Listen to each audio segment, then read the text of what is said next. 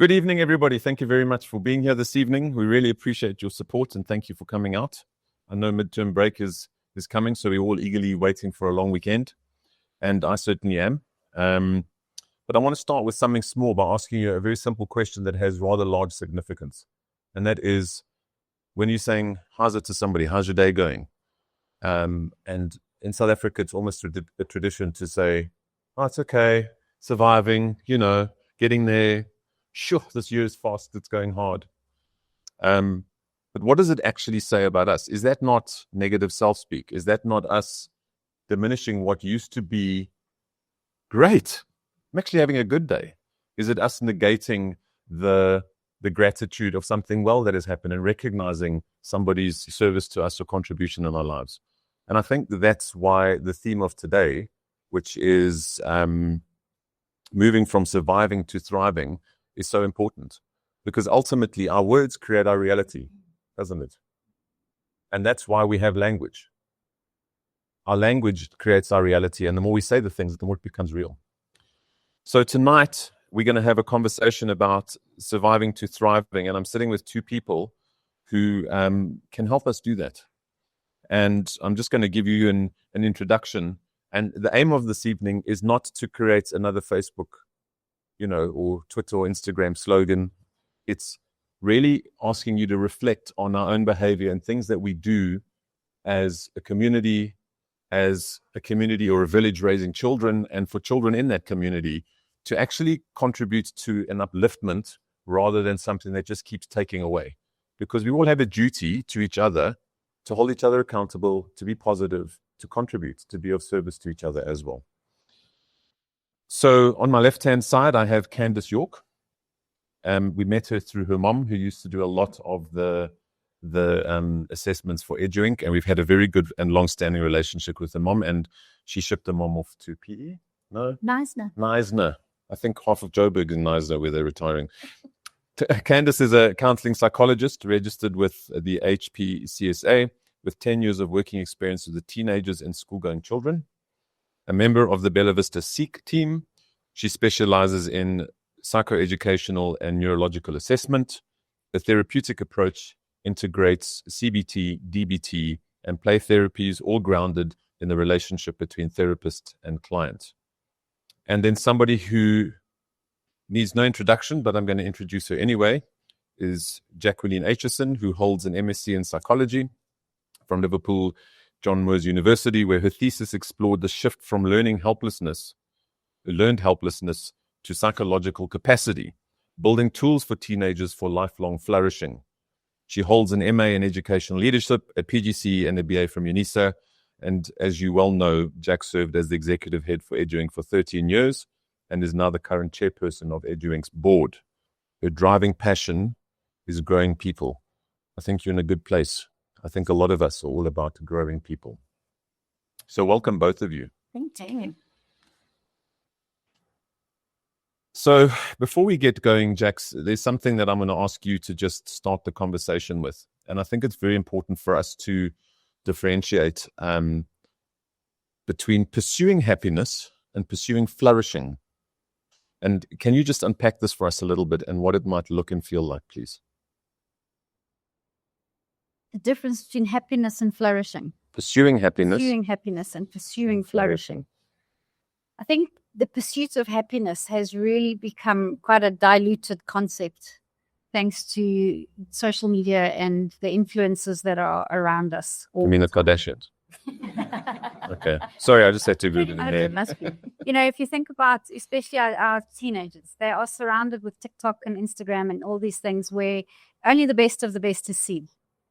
So there's this constant reinforcement where if your life is not being lived at this super high level all the time, you must be doing something wrong, or there must be something wrong with you, or you must be depressed, or you clearly don't have enough friends or the right people around you because you're not living at this exceptional level all the time, which is just not the truth at all.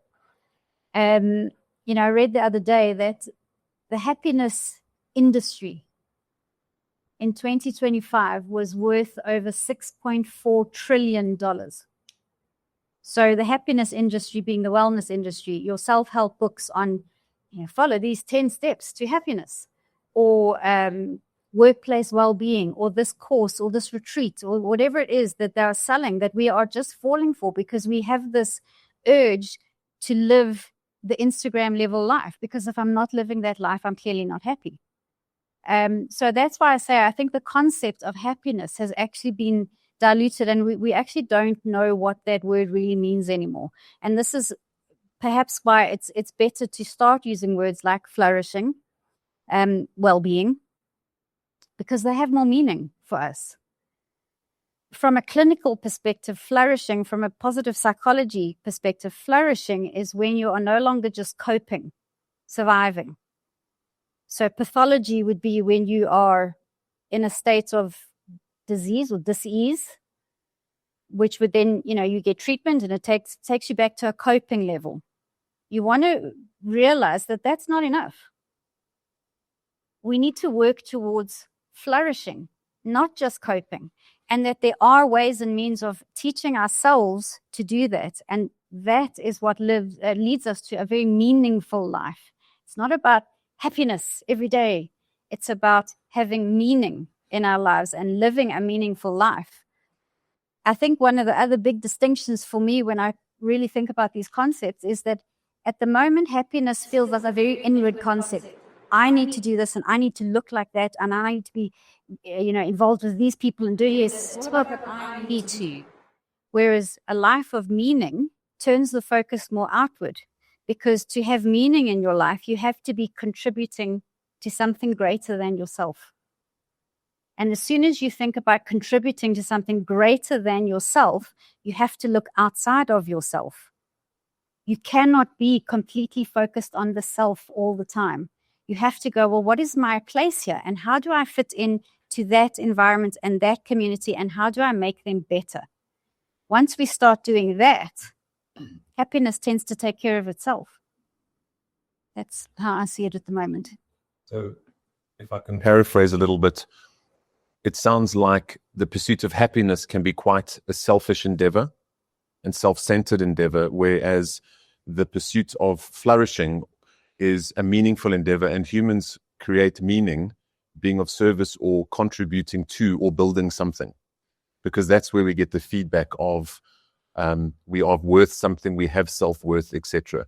And essentially that's where we flourish, when we feel that we have value and we have worth and we are contributing towards something. Absolutely. And I think it's a better reflection of how we work. When we are working in the space of well-being, we work to developing our emotional intelligence. Because remember, emotional intelligence is about my capacity or my ability to understand my emotions and how they make me behave, and the emotions of other people and understanding their behaviors. It's not just all about me. It's both sides of the same coin. It's quite interesting because, you're talking social media. When someone said, define one word that says social media to you, and I'm going selfies.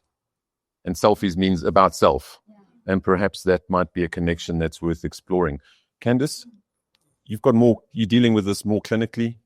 Yeah. But I'm sure you've got an opinion or something you'd like to add to this. Please share with us what you're thinking around this. Just when Jax was talking, it did make me think quite a lot about a lot of the work that's being done in ACT, which is acceptance commitment therapy. And one of the big gurus or leaders in that realm wrote a book called The Happiness Trap. And I think by no means is he saying, and I don't think any of us are saying that happiness isn't a goal worth pursuing. Absolutely not. But I think we can become caught up in thinking that happiness is the only goal and that a life is only worthwhile, or I'm only having a good day if I'm feeling happy.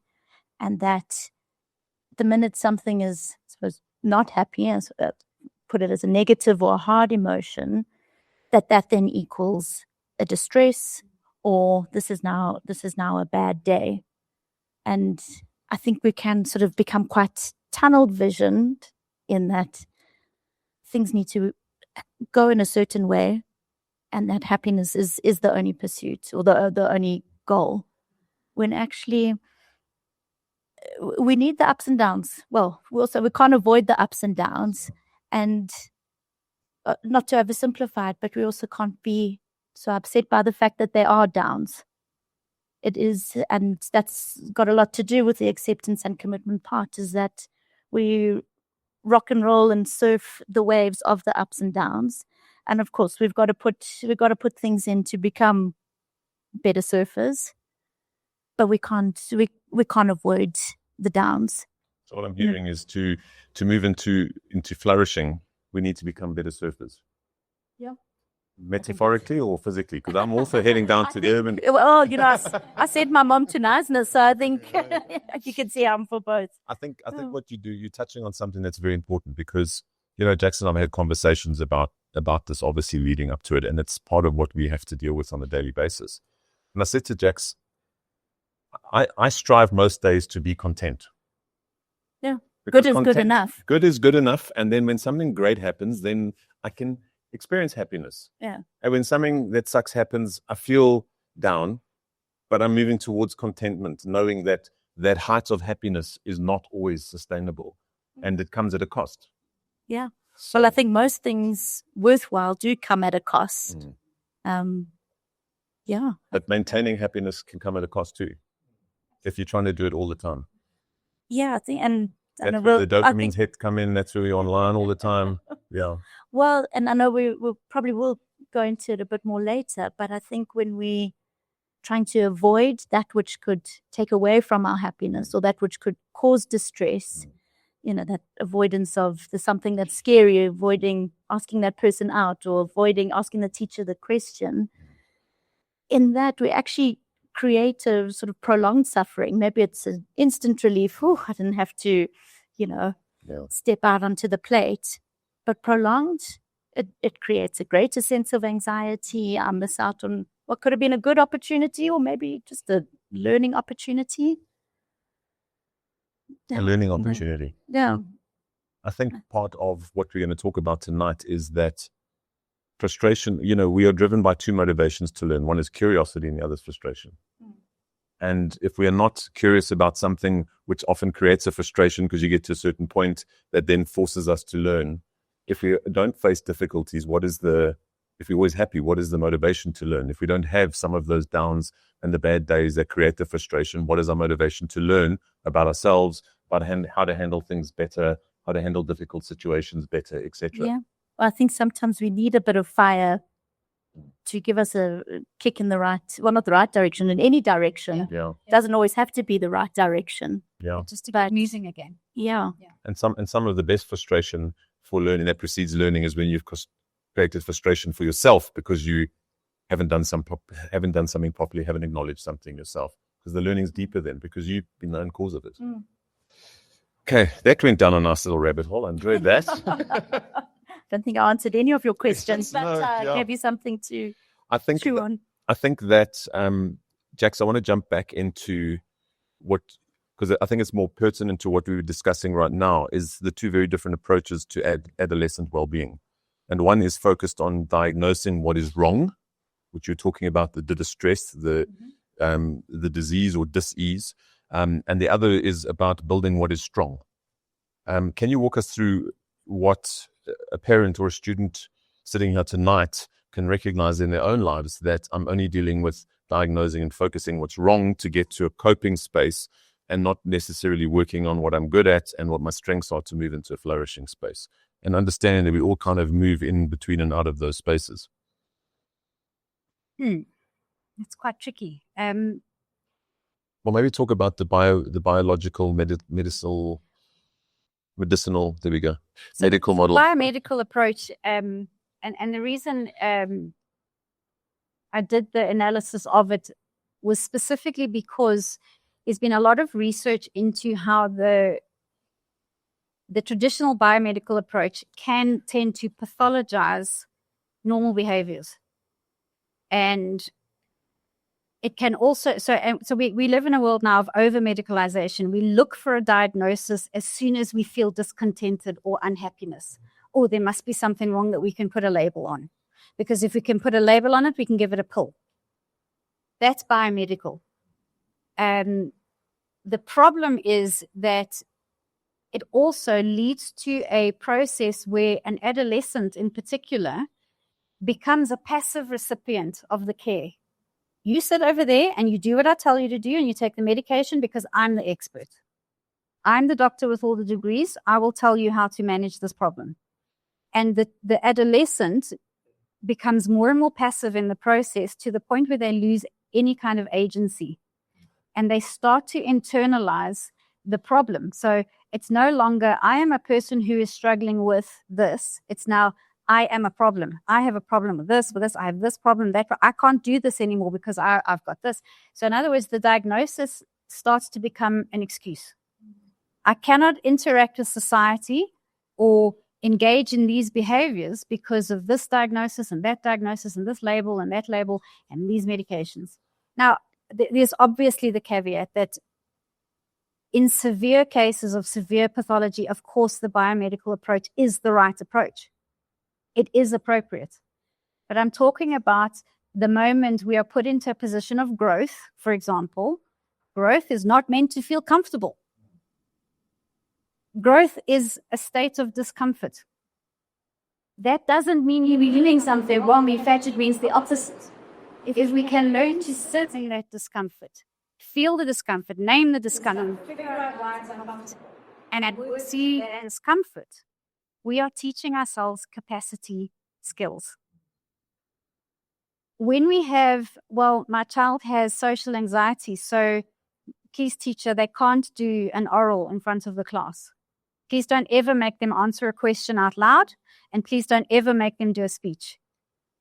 That is just the worst thing that can happen. You have removed all tool building right there.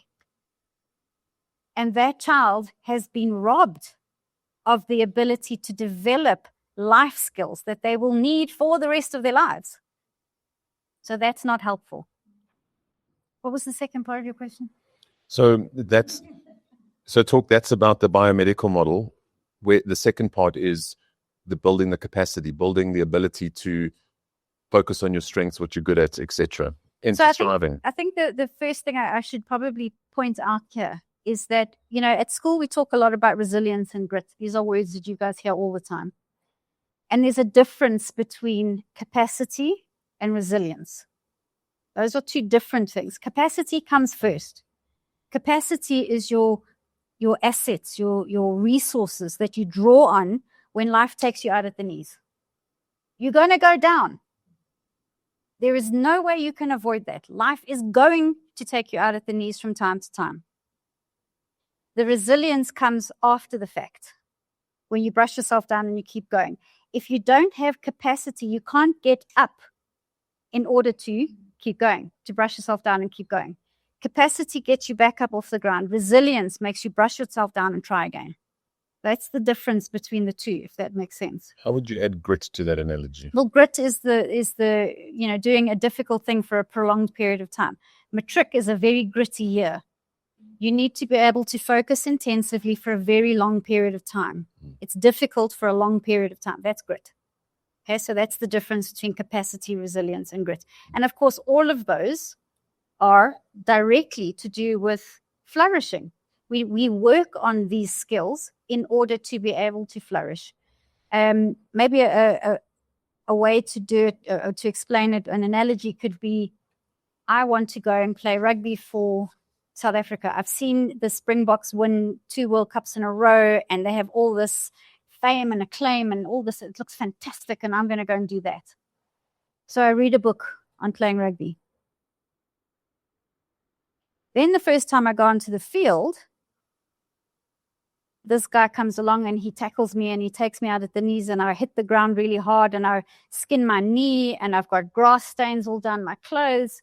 And I stand up and go, that wasn't meant to happen. That guy was meant to kick the ball. I was going to catch the ball and I was going to jump over the try line. Done. You go, but that's not rugby. There's a whole bit here on you getting tackled and scrums and where your ears are going to get pulled in the scrum and this is going to have. Yeah, but I didn't read that chapter because, it triggered me. Or, and I'm going to say the provocative thing, my mom took that chapter out of the book because it was a bit violent. That's what we're dealing with. I can't believe you went there. So I think what's important for us to acknowledge is that we're not saying that medication's bad. Often therapy is required, especially when somebody is in a state of deep depression, to medicate them to a point where they are able to start building capacity for themselves. And once that capacity has been built, weaning them off the antidepressants so they are able to actually then use the tools that they've learned and engage with the capacity that they've learned. Capacity is not putting more pipes in your dam, it's creating a bigger dam. Creating more space to put in, and then you can put more pipes in. So that's your AQ, so that you can get more output. Okay? So I think that's very important. We're not saying don't medicate if medication is required, because often if you're in a state that you need to get to a point of being able to be built. But a lot of medication happens where we get to the point of feeling that we are in control again, but no capacity is built around that. So when the medication stops, we go back down to where we started again. So this is a conversation I had with a couple of people last week, and it's not growth if it doesn't move you forward. Growth is uncomfortable and it doesn't feel great, because remember, our brains are wired to keep us safe, not make us happy. So growth is going to feel uncomfortable because your brain is going back. You go back to the pattern you know. It doesn't matter if it was destructive. You know that it's safe. Go back there. So growth is going to feel uncomfortable. But if you go through that and then go, okay, I'm feeling better now, so I'm just going to keep doing what I've always done, and then I go back into growth and it feels uncomfortable, and then I go back. You're just on a hamster wheel. Real growth is when you can sit with that discomfort, name it, figure it out, understand why you are uncomfortable. What is making me uncomfortable here? And move forward. What have I learned from this? Oh, I've learned that if I take the bull by the horns and I get up and I do the presentation in front of my class, for example, actually, I'm braver than I thought. It gives you the template and the model to know that you've done it once before, therefore you can get back there again. Then you are learning from the growth and moving forward. That's a healthy place to be. You're developing capacity then. Yeah, and I think also just to that, I think when you said the hamster wheel, I was thinking in the cycle of growth, and you say we have to move forward. I think actually you spoke to it earlier with the flourishing and purpose, that I need to move forward, but in which direction And why? Yeah, and the why, which I suppose speaks to values and service. Yeah. Because otherwise, I think that cycle is very easy to repeat. And often in therapy, when I work with teenagers or adults where they've got to the point of, well, why bother? Yeah. What's the point? Yeah, fail all the tests. Well, why bother? Stop going to the practice or stop messaging this person, whatever it is. When you get to that why bother? Yeah, that absolute futility. Well, there's no point in even trying. Yeah. So one dangerous point to get. Yeah, 100%. You spoke, in your introduction, in your bio, you work closely with the relationship between the child and the parents, because that's important. And I mentioned that it takes a village to raise a child. Yeah. You can't do therapy in isolation. No. And part of my question is, when you're sitting dealing with an adolescent or a young adult and you are working through this, they come to you because there's an issue, there's a crisis. Okay? How much of that is broken? And by whom? The system, the school, the parents, by themselves? And how much of it was never built in the first place? In other words, we're asking them to provide water from a dam that hasn't been built yet. Yeah. Yeah. So let's just dig into that a little bit, because this is not about pointing fingers. It's an acknowledgement of who has what responsibilities, where do they need to go, and that includes the child, because they have responsibility and agency in the same space. Hugely. Yeah. So, without poking the bear too much, just let's naming names. Yeah, talk honestly about who's got what roles and what needs to be built and by whom. Yeah. Look, and I think, when you speak to what has been broken and what was never there in the first place, I think there's a case for both. And I think I've seen both in practice. Just speaking to that, and I'm thinking a lot sort of in terms of assessments and where students are coming and almost in that why bother stage. And I think there we have to be realistic and honest, and that's where we have to go in terms of treatment plan as to, different schools offer different things. And I always hope there that schools can be very honest with their students and parent bodies as to what support they can offer. Is this a child with different learning needs or different emotional needs? What can they offer? Because it's no use keeping a child in an environment and not being able to support that child adequately, because then they do come feeling very broken, because year in, year out, you go in and you're failing, and you try a bit of this, try a bit of that, or eventually you give up on the trying, and you've become the incapable child to the naughty child. And then they do come feeling very, very broken. But then, and I think something you're very passionate about is, okay, well, what is the next step? So, of course, the therapy or the assessment can give us the insight into what is this that the child needs. But then the responsibility, well, I think then it does take a village. Yes, and in terms of educational needs, we need to identify what therapies or what school setting that child needs to be in. But I think there is then a huge onus on us as a team, building that child up to a position of, I want to try, to I can try, I can do this, or maybe I can't do everything, but I can do that. And in that process, re-engaging the responsibility in the child. Because, especially in that, where someone's been let down by the system, it's not fair, it's not right, and we wish it doesn't happen to anyone, but it does, and that's sometimes the cards we dealt. But now what? So it's me that's got to do the work. Yeah, I mean, I work to. Sorry. So it sounds like to me that the first steps from I can't do this, I don't want to do this, is creating a support system where the first steps of agency start taking place. Yeah. I can do this, I can do this. So taking control. Yeah. To a point where that control becomes responsibility. Mm-hmm. Because responsibility is not responsibility without consequence. Yeah. So I earn, and there's a big step to go from support and helping to give agency to I'm now in control, which means I'm responsible for the outcome as well. Yeah. And that could be the first time we fail and go back into the spiral again. Yeah. And that, there you speak to responsibility with consequence.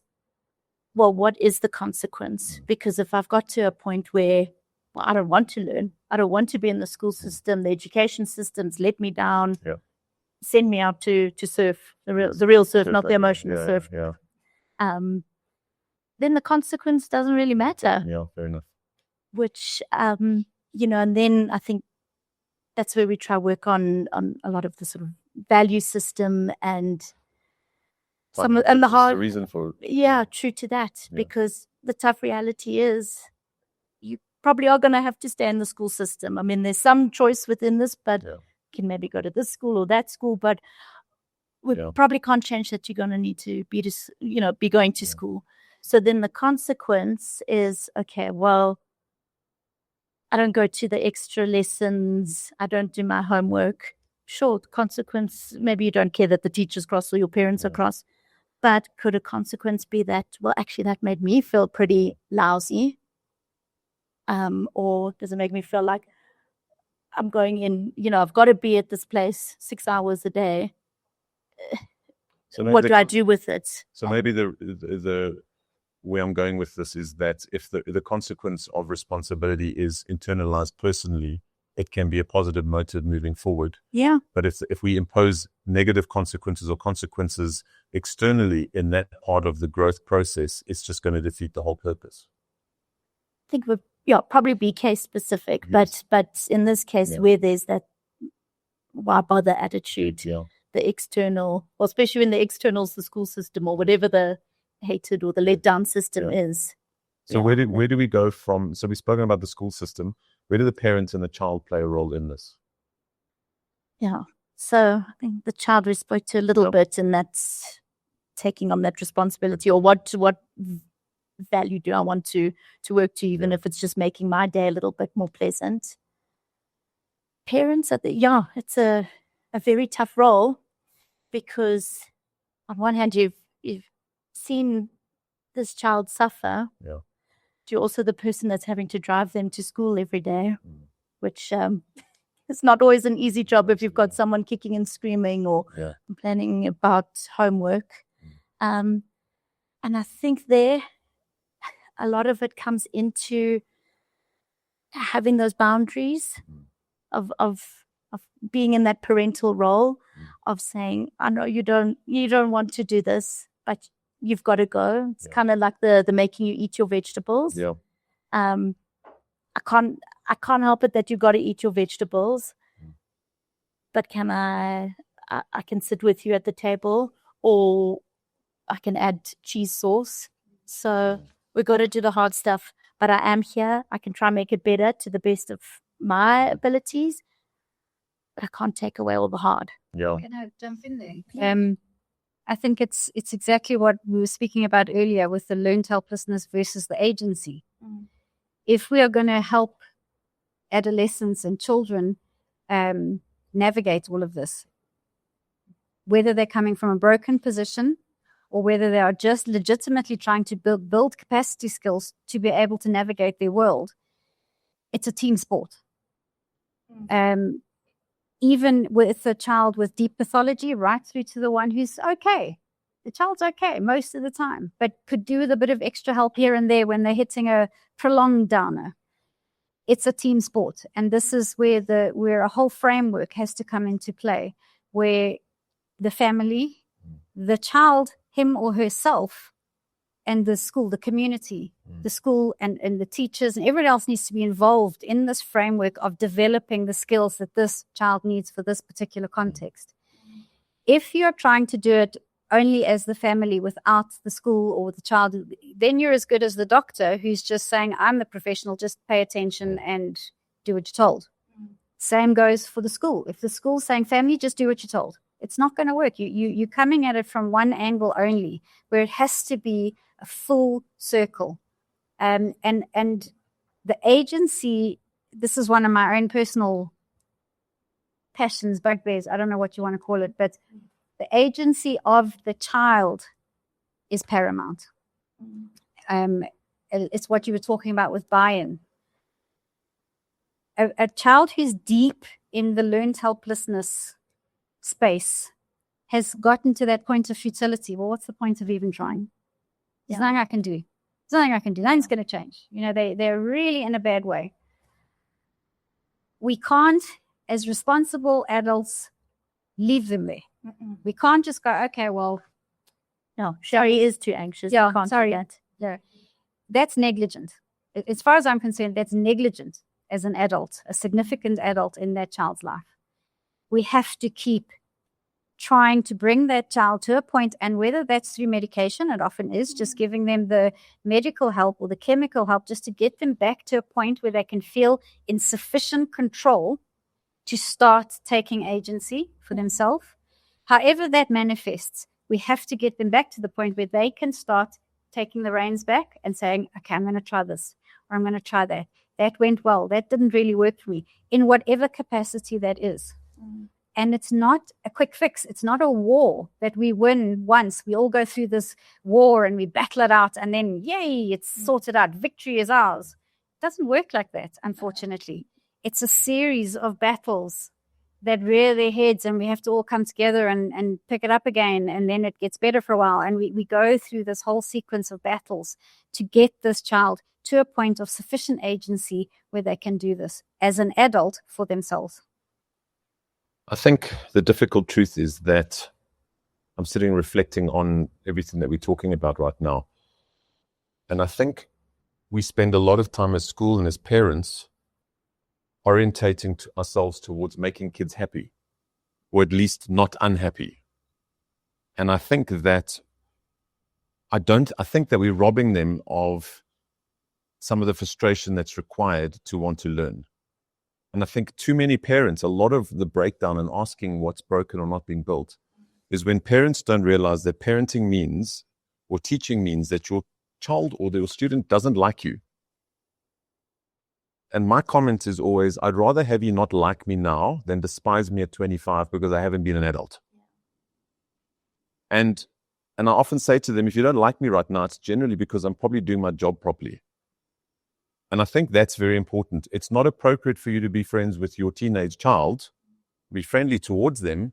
You can be friends later when you're adults because there's a mutual respect. But the power relationship between adult and parent doesn't mean. The power relationship between teacher and headmaster and parent and student means that it's not appropriate for children to be friends with the adult and see them as a mentor, but later they can become friends.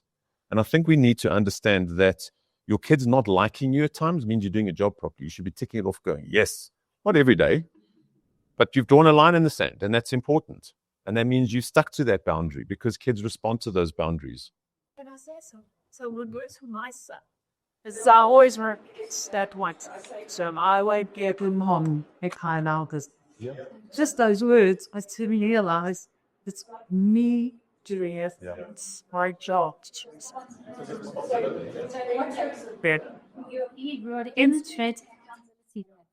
Yeah, which is the lesson that I absolutely has to do.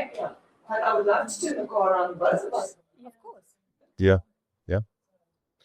Thank you for that, Trix. I think what also strikes me through the conversation is that nobody decides to become helpless. No one decides to go, I'm going to learn how to be helpless and useless and not contribute to society to have any agency.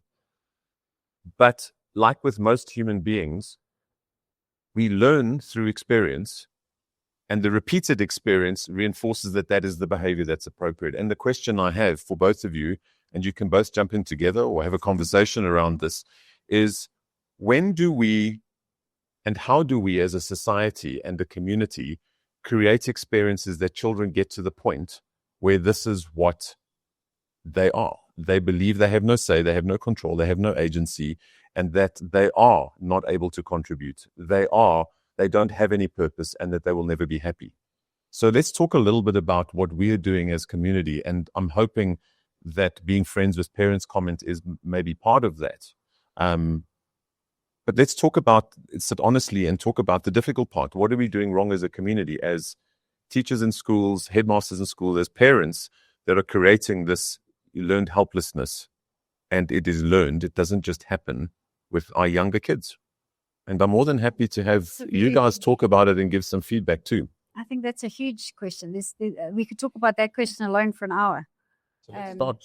We've got time. But not for an hour. I think I'll talk a little bit about what we see, and then maybe you can jump in from a more clinical perspective.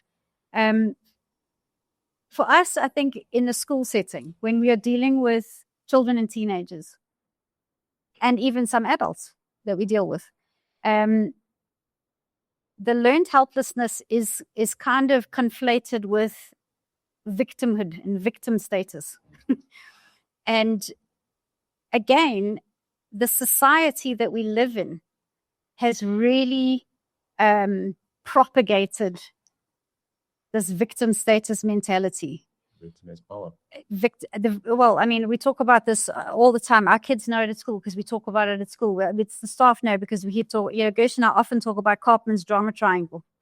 If you've never looked at Karpman's drama triangle, go and look at it, because the victim sits at the bottom point of the triangle, and it's the victim that holds all the control and holds all the power.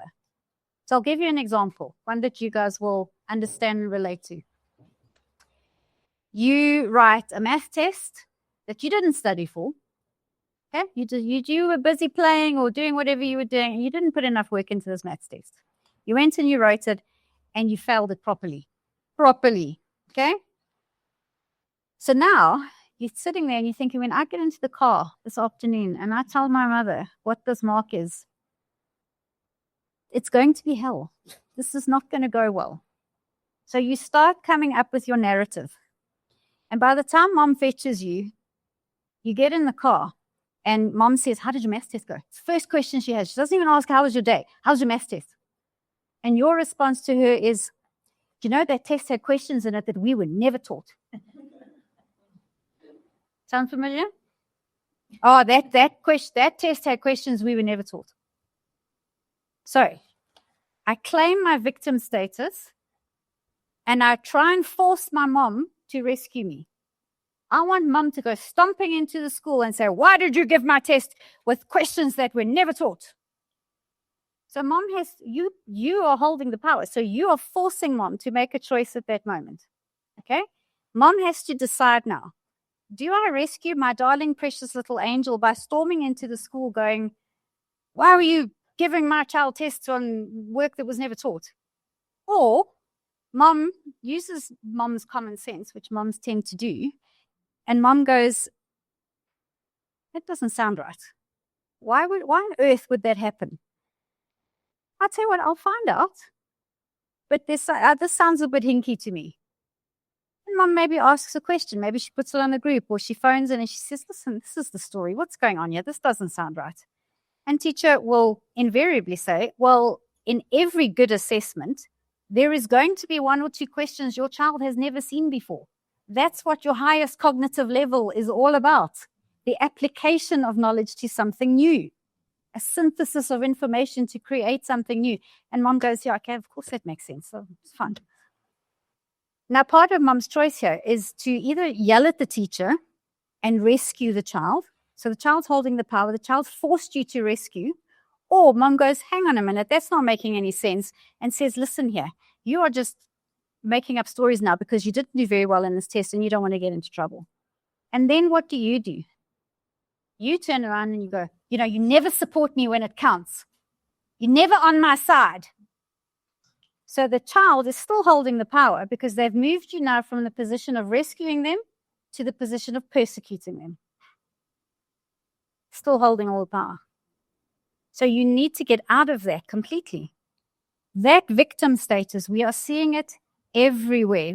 You turn on a TV show and you watch episodes of whatever you choose, and the hero's boyfriend dumps her, and all her friends rally around going, he's such a terrible guy.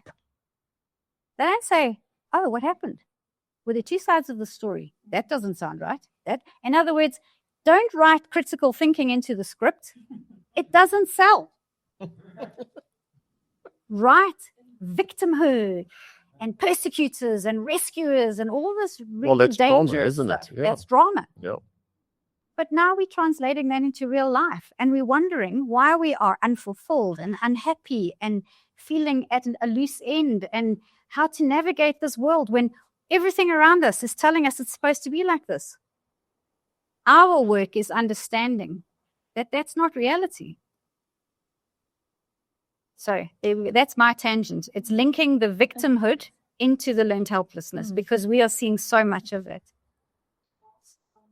Let's just try to see again. Carbon, KRP, MAV. Optimum objective.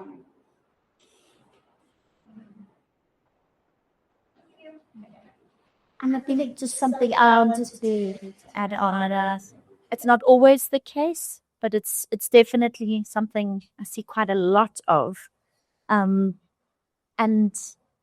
hear me out, because I don't think any parent wants to see their child suffer. I don't think anyone comes in with that malicious, yes, you must suffer. Absolutely not. I think we want our children to thrive, but I think there is a position where we can be very quick to remove discomfort, remove, the obstacle, and we have to then think of, well, what is our own capacity to see our child or our teen struggle? And it often resonates with parents, and they say, often when do an assessment and then you feedback, and that's exactly what I went through, and I never ever wanted my little boy to go through that. And sometimes it's so interesting that something that we try avoid so much actually ends up having the same result. And I often see parents coming in because they can't tolerate the ups and downs, or witnessing their child on ups and downs. And I think you all hear me out that no parent has malicious intent, but I can't see this little one suffer. Well, I think it's a really, really difficult one. And this is one of the hardest parts of parenting. To see your child in distress and to be able to make the decision yourself. What is the right thing to do here? Do I dive in to remove the discomfort and what's giving them the distress? Or is this one of these situations where they absolutely need to feel it? You know, if I think about it, one of the things that I was reading about was grief. You know, a teenager loses their grandparent or a significant adult in their life. And they are really struggling to deal with this grief. Unfortunately, we're in a stage now where if that grief is prolonged over a certain amount of weeks, according to DSM-5, and if it presents with this and this, suddenly it's a major depressive episode. You know, it gets labeled and medicated, where it's actually just real grief that needs to be experienced and processed as a fundamental building block for that teenager to function as an adult. So for the parent, it's going, do I jump in and protect the child or not? I don't know. If you protect the child about making your child feel better, whereas by not protecting the child is maybe preparing the child, I don't know, about becoming better rather than feeling better right now in the moment. But I don't think that applies to scenarios. For example, let's take this to the extreme. A child meets as a grandparent and they grieve for, say, 3 years, just in this depressive state, crying, tired, they lost grandparents, missing them. Would that still be a grief? And you still give that child time to grieve? Would you intervene at that point? We're definitely say you're intervening. That's it's a very extreme. It's probably not grief anymore after 3 years. It's probably not grief anymore. So intervention is required. And that's when I said you've always got to bear in mind that serious pathology still needs medical intervention. That is a caveat to this whole thing. A 3-year grieving period, no, that's not grief anymore. And intervention is required. So I think 3 years where you have intermittent grief, where periods are getting further and further apart, is what we'd normally try and expect and see. Yeah, and on the run from wellness all the way to your psychopathology, we'll always look at functionality. Yes. And how is this person functioning in their everyday life? And if we were to speak of that sort of very extended grief period where he's like, crying every day, well, is that person able to meaningfully function? Probably not. And then that would be place for parental and professional input. So, and just to clarify for you what functioning means. Functioning is when you can maintain normal relationships, your friendships, your family relationships, or in the case of adults, maintain your job. If you're no longer able to keep your job because you are in heaps of tears all the time, you're not functioning. Can you do life? Yeah. So what I'm hearing is that there's a real difference between protecting your child from difficulty and preparing your child for difficulty. Because most of us default to protection because it feels like that's what it means to be a good parent. And that's what it feels like to express love and to be responsible as an adult. But at the same time, we need to actually sit back and question that intelligently and reflect on what that looks like, because we don't want to rob them of building something they actually need to grow as a human being. There's a great analogy for this that I remember Gavin used this analogy years and years and years ago. And he used the analogy of a parent teaching a child to ride a bicycle. Now, when a parent buys a bicycle for a child, they buy the bicycle knowing the child's going to fall off, right? That child's going to fall off the bike and skin their knee and their elbow and whatever the case may be. And when we teach the child to ride the bicycle, we start by holding the saddle, right? We're running behind them and we're holding the saddle and we're going until they get enough momentum to go by themselves. Because you know with the bicycle, if you're going too slowly, you fall over. So you need momentum to keep going. So they get enough momentum. We let go of the saddle, but we still let go of the saddle knowing they're going to lose the momentum and probably fall off. As a parent at that point, what do? Do we say, come on, let me fix your knee and your elbow, and then we're going to try again? Or do we say, oh, no, my darling, let me ride the bicycle for you? Or, no, let's put that bicycle in the garage and never look at it again. So are we dealing with what's happening right now, the hurt feelings, the low feelings? Are we trying to make them feel better right now by putting the bandage on their knee and then saying, come, let's go? Or do we help them become what they need to be in the long term by saying, come, we're going to get back on this bicycle. Let's try again. Let's try again. Let's try again. I'm right here next to you. I'm still running next to you, but let's try again. You're not doing this on your own. Let's try again. So I think we've identified clearly what we can look at to determine what we might be doing wrong, what we should be doing theoretically as a framework.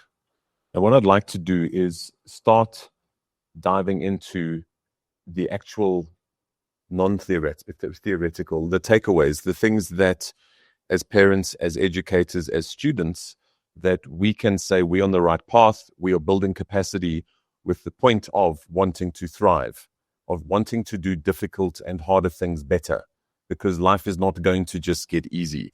And understanding that happiness is not this utopian space where we get to do nothing, have lots of money, and do what we like. That's not happiness, because even then you're going to get bored and look for something else.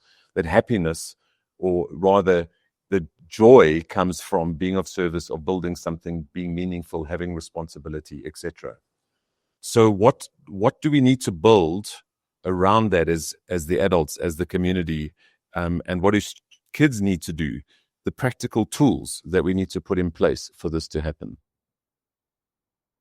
For me, one of the biggest things for the adults and the children is to understand that building capacity, in other words, building the ability to live a life of meaning and of well-being, takes work. It's not something that operates in a vacuum or that falls out of the ether and hits you on the head. You have to actively participate in a process. And like I said before, that means it's going to get uncomfortable. Because like learning how to play a rugby match or run the comrades or whatever, it's going to get sore sometimes. It's going to feel hard sometimes. And our brains are going to keep trying to default us back into the old patterns. That's how we work. That's how we are wired to work. So for me, the departure point is understanding that I need to be okay with sitting with the hurt, with the discomfort. And I need to understand that that doesn't mean I'm doing something wrong. And that I need to change this so that the discomfort stops. Life is going to bring you discomfort all the time. That's what life does. But the more discomfort we face and the more capacity we allow it to build through learning from the discomfort, the better we will become at doing the difficult things. We'll get better and better at doing it. But we have to put the work in first. The work is things like developing the emotional intelligence and understanding what that means and practicing it. Understand that it's about my community as well as about me and the emotions on both sides of that coin and practicing that. Putting myself in situations where I feel a bit uncomfortable, where I'm not always in my comfort zone. Comfort zones create a rut. A rut becomes a prison. we don't want to be there. That's not human growth. That's not flourishing, and it's not well-being. That's not us living our best lives. That's living the easy life. And that's not a happy space. We need to understand ourselves well enough to know what our coping mechanisms are, because they're going to be different for everyone. Yours are going to be different to your parents. And that's fine, because you are not your parents. You're your own person. So for you, it might be journaling. It might be, I don't know, what different coping mechanisms do you have? It could be sport, exercise. Those are good coping mechanisms. Those are good self-care activities. A coping mechanism is not saying, I've had a really rough day, so I'm going to go and game until midnight. That's avoidance. That's bad. That's dangerous. That's not dealing with anything. That's checking out instead of leaning in. So that's, there's my 2 cents on that. And I think, just on the point of coping and coping skills, because it is, it's a big buzzword. It's something we focus on a lot in therapy, and it's good. It's essential. It needs to happen. But I think there's also become a danger where we almost always in coping mode, where have a difficult feeling or a feeling of challenge or I hit an obstacle. Okay, and I've got to cope.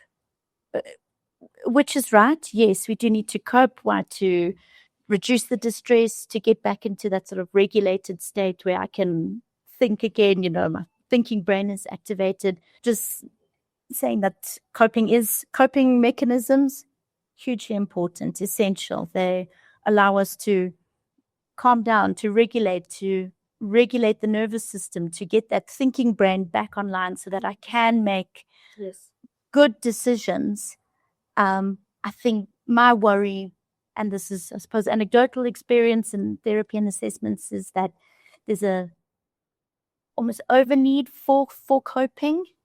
And here my sort of question is, how do we get to a place where I'm always needing a coping mechanism, or I'm so frequently needing coping mechanisms? And how do I get to a point where my capacity is greater, that I'm not needing to pull out these coping mechanisms quite so often? 100%. I couldn't agree with what you're saying more. I think a lot of people think the coping mechanism is the fix. Yeah. Without realizing that the coping mechanism is just the tool to calm the nervous system enough for that neocortex to come back into action. Yeah. Then you start doing the work on the fix. Yeah. But I also like what you're saying is, if we don't have the dam with capacity, we're constantly relying on the coping mechanisms, which is also not how it should be. Yeah. There's a lovely analogy of, life being our backpack, and we all get different backpacks, and some of us have a lot of stones, some not so many stones or weights in our backpack, and who knows what lies ahead. But we've all got to get to the top of the mountain, and usually it's quite nice to be at the top of the mountain. There's a good view, it's worthwhile. And with coping, we're often taking some of the stones out, or we stopping for a rest. Again, not a bad thing, or giving my pack to someone for a little bit of the walk. Again, not a bad thing. Is it enough to get me to the top of the mountain? Probably not. Well, it's not the most effective way, that's for sure. So we've got to look at, how do I actually strengthen my muscles that I can carry this pack to the top of the mountain and enjoy the view. By myself. Yeah. And feel good about it. Yeah. And I know we've chatted a lot about sort of what goes into emotional capacity. I think one of my favorite things is, it falls under the heading of emotional differentiation, but I think there's a label for everything in psychology. Yeah. But it's being in that position where 2 things are true at the same time. I can be scared and show up at the same time. I can be nervous and excited. I can be embarrassed but determined. And for me, that's that's a great deal to do with building capacity. 100%. 100%. So the and conversations instead of the or conversations. That's it. Yeah. And I think, for our kids, also just the reminder that when you are working on things like capacity, it's always good to have the sounding board to bring you perspectives that you lose sight of at times. Yeah. And you need to be very discerning about who that is. Remember, if you're going to pull the victim card, then you're going to run to your friends because you're trying to recruit your allies, right? Is that building capacity? No. You need to have your people who you can go and talk to, who are going to show you the mirror and say, that's what's happening right now. What are you going to do about it? That's how you are learning to deal with the discomfort, feeling it, being okay with it, and learning how to come through the other side of it. You'll find a lot of there's a lot of information out there on psychotherapy and capacity and all of these things. And the one thing that's coming up quite a lot is how a lot of these psychological terms have become very misused to create excuses. In fact, I was listening to a talk earlier, and she was talking about boundaries as one of these examples, the concept of boundaries. And of course, boundaries are very important things. We need to have our personal boundaries. However, in the capacity or in the context, rather, of mental health, people can also use boundaries to isolate themselves. The moment they get into a difficult relationship or a difficult, potentially confrontational situation or conversation, they can claim that this now infringes their boundaries. And they give themselves an excuse to check out and never learn how to deal with a difficult conversation or situation. So make sure the person who you're talking to, the people you're talking to, are holding up a good mirror, a real mirror, not just feeding your victimhood in any given moment. So I'm going to conclude by sharing my thoughts and things on this as well, listening to our two experts here. I think parents, you need to be comfortable with your children not liking you at times. Teachers, you need to be comfortable with your students not liking you at times. And students, you need to recognize that when you don't like your parents at that particular time or your teacher, you need to question, are they really being mean and horrible, or are they actually doing their jobs properly? And recognize that, because one day when you parents, hopefully you've learned that lesson. Then parents and teachers, this is a very important one. Kids do what you do. They don't do what you tell them to do. So if you do not have capacity, if you're not using the right skills to manage your life, you cannot expect your children to have the same thing. And kids, I'm not sharing this with you for you to weaponize it against the adults. This is guidance and mentoring for the parents and the adults in the room and the teachers in the room. Then for everybody, talking about what Jax was talking about now, about using vocabulary, the right psychological terms to describe things and not use it as an excuse. It's something that I feel quite strongly about. You build capacity by describing your reality realistically. If it's a scratch, it's a scratch. Rub some dirt on it and move on. If it's a little thorn that's in your side, it's not an injury. It is a thorn in your side. Describe it as it is. Because if you hyperbolize it and catastrophize it, it feels a lot bigger than it really is. And I think you build capacity by realizing it's just a little drop in the ocean and not a tsunami that's hitting you every single time. I think what Jack said is very important too. It requires effort. It requires effort, a conscious effort, as with a relationship, as with anything meaningful in life, as with a job, as with stuff that you want to pursue. It requires effort to build capacity. And that effort means that you are sometimes going to put yourselves in positions that are uncomfortable, that you're scared. Be brave, because that's where the learning happens. Ask yourself, what is the worst thing that can happen? Realistically. And if the worst thing that can happen realistically is something you could deal with, then go ahead and do it. All right? And the last thing that I think is important for everybody, adults, and children. Ask for help when you need it. Ask for counseling. When I say counseling, I don't necessarily mean professional counseling, but ask for counsel, for mentorship when you need it. But asking for help is not asking to be rescued. When you ask for help understanding that you still have to do the work. The other person is not going to do the work for you, because that's not building capacity. Okay? And the last thing is that to become your best self is about your self journey, not someone else's journey. As you said, you have to carry the backpack. It requires effort. Does that make sense? Right. Do we have a mic? If there's one or two questions, we've got a couple of minutes that we can take. Just stand, and if anyone got questions that they would like to ask or any commentary they'd like to make. Right. We must be very good. So this is when I'm holding it. This says applause. Can you applaud? Thank you very much.